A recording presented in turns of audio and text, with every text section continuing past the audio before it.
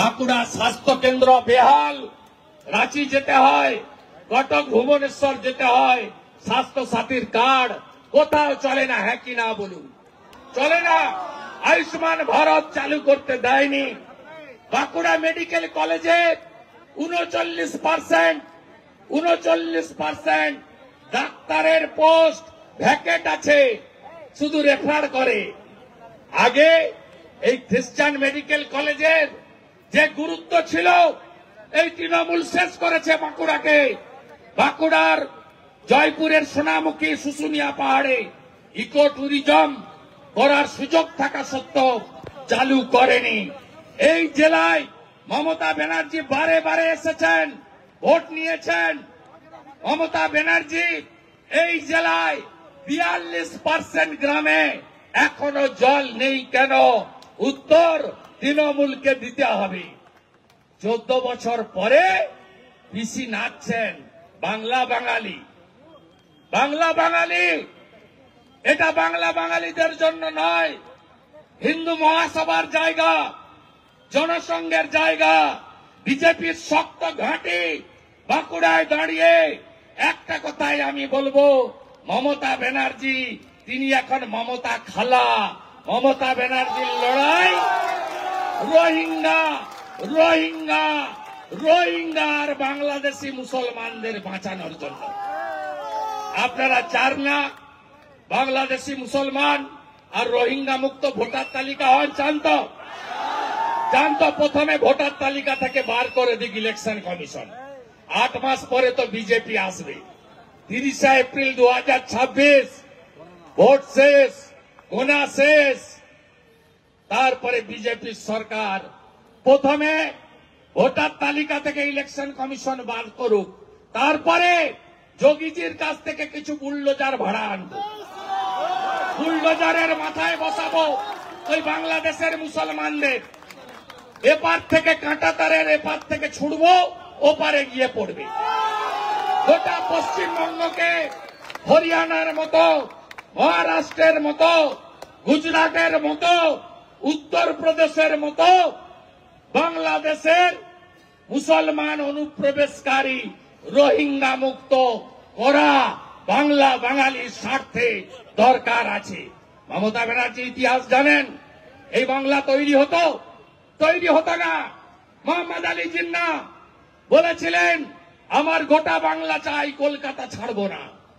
Doctor Shyamaprasad Mukherjee, স্বামী প্রণবানন্দ আন্দোলন শুরু করলেন যে বাঙালি হিন্দু পাকিস্তানে যাব না। 1947 সাল 20 জুন, আজকে যেখানে আমরা এমএলএ, ওটা ছিল আইনসভা। ওই আইনসভাতে 58 জন হিন্দু এমএলএ সিদ্ধান্ত নিলেন আমরা পূর্ব পাকিস্তানে যাব না। বাঙালি হিন্দুদের হোমল্যান্ড কে তৈরি করেছিলেন? ডক্টর শ্যামাপ্রসাদ মুখার্জি।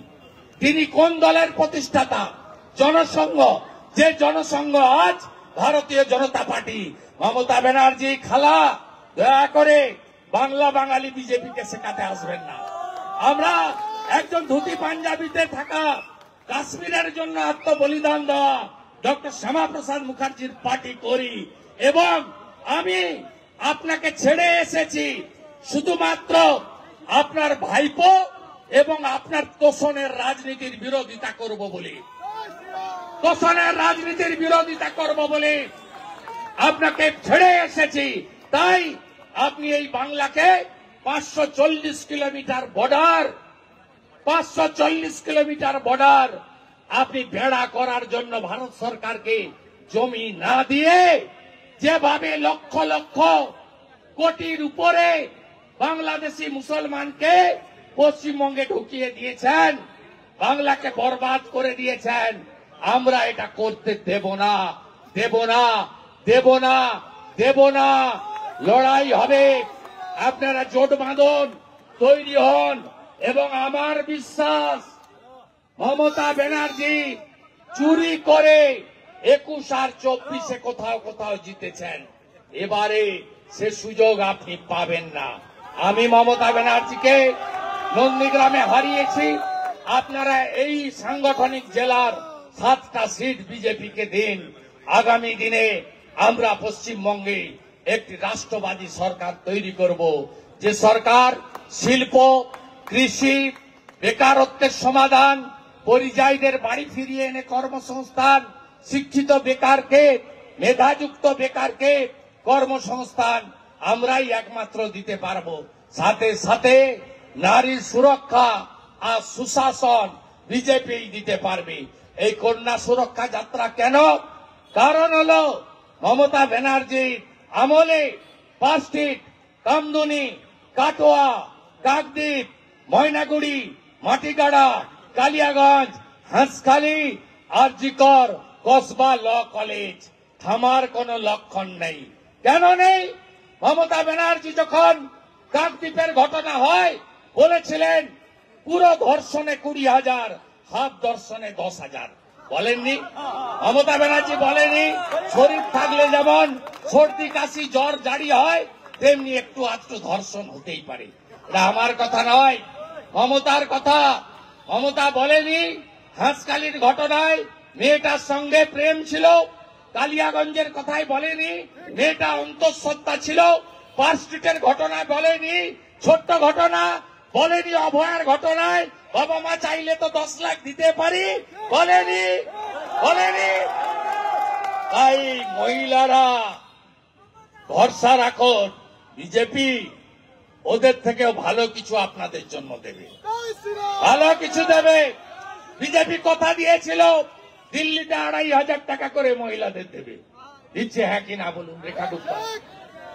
বিজেপি কথা দিয়েছিল হরিয়ানায় 2,100 টাকা করে দেবে, হ্যাঁ কি না বলুন? মহারাষ্ট্রে দেবেন্দ্র ফডনবিস বলেছিল 2,000 দেব, হ্যাঁ কি না বলুন? উড়িষ্যায় সুভদ্রা যোজনায় বছরে একবার এককালীন 50,000 টাকা দেবে, হ্যাঁ কি না বলুন? দিল্লিতে 10 লাখ টাকার আয়ুষ্মান ভারত চালু করবে বলেছিল, চালু করেছে, হ্যাঁ কি না বলুন? সরকারি বাসে মহিলাদের ফ্রি, হ্যাঁ কি না বলুন? রাজস্থানে 500 টাকার গ্যাস বলেছিল, হ্যাঁ কি না বলুন? ছত্তিশগড়ে 3100 টাকা কুইন্টাল ধান কিনবো বলেছিল, হ্যাঁ কি না বলুন? তাই বিজেপি যথা সময়ে সংকল্পপত্র ঘোষণা করবে, রাজ্যের নেতাদের উপস্থিতিতে দিল্লির নেতারা ঘোষণা করবে।